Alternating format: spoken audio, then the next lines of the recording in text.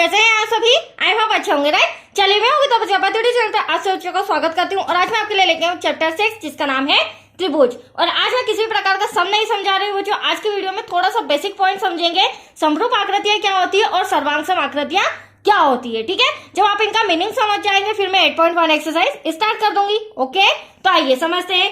देखिए समरूप आकृतियां, अब समरूप आकृतियों के कुछ नियम होते हैं। फर्स्ट नियम क्या है?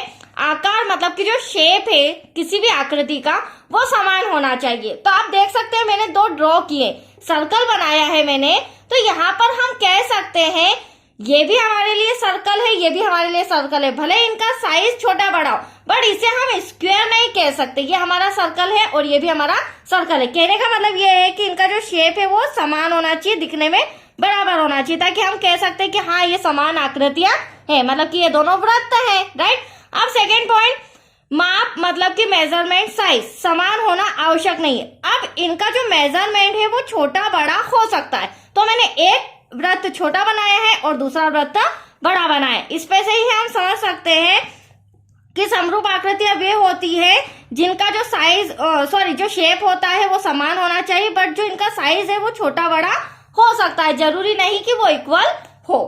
तो ये कहलाती है हमारी समरूप आकृतियां। और समरूप का ये मैंने साइन आपके सामने बताया है, ये समरूप का साइन होता है। अब देखिए फॉर एग्जाम्पल, अगर मैं आपसे कहूं कि ये वाला जो आकृति है और ये जो आकृति है ये दोनों आपस में समरूप है या नहीं, तो दैट्स योर आंसर नहीं, क्योंकि आप देख सकते हैं ये गोल शेप में है, ये सर्कल है, और ये हमारा स्क्वायर मतलब कि चौरस शेप में है, तो ये आकृति आपस में समान नहीं है, तो ये समरूप नहीं हो सकती। तो एटलीस्ट आया क्लियर आपको समझ में? ऐसी आकृतियां जो दिखने में समान होती है, भले ही उनका मेजरमेंट छोटा बड़ा हो, वो समरूप आकृतियां कहलाती है। तो ये आपके सामने मैंने स्क्वायर भी बना रखा है, एक बड़ा है और एक छोटा है, पर ये समरूप आकृतियां हैं, दिखने में समान है, भले इनका साइज छोटा बड़ा हो। That's clear? चलिए ये तो हो गई समरूप आकृति की बात। अब मैं समझा रही हूँ आपको सर्वांग आकृतियां क्या होती है। तो आप देख सकते हैं ड्रॉ भी बना है, पहले मैं फर्स्ट पॉइंट रिटर्न ओरल समझा देती हूँ।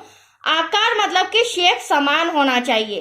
तो देख सकते हैं आप इनका जो आकार जो शेप है वो एक जैसा है। ऐसा नहीं कि मैंने यहाँ पर सर्कल बनाया हो और यहाँ पर मैंने स्क्वायर बना दिया, नहीं, यहाँ पर सर्कल है तो यहाँ पर भी सर्कल है। That's clear? हमारा शेप तो दोनों में सही है। आप क्या कहना है, जो माप मेजरमेंट है वो भी समान होना आवश्यक है।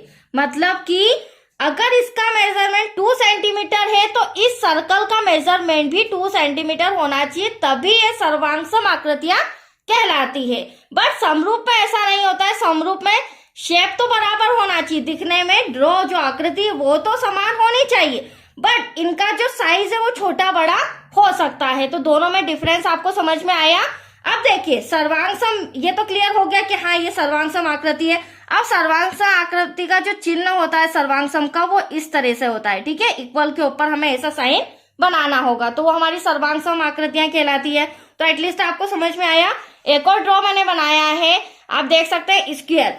इसमें दिखने में स्क्वायर बिल्कुल समान है, दोनों एक जैसे नजर आ रहे हैं। क्यों नजर आ रहे हैं? क्योंकि दोनों स्क्वायर है और प्लस इनका जो मेजरमेंट है 4 सेंटीमीटर वो भी इक्वल है।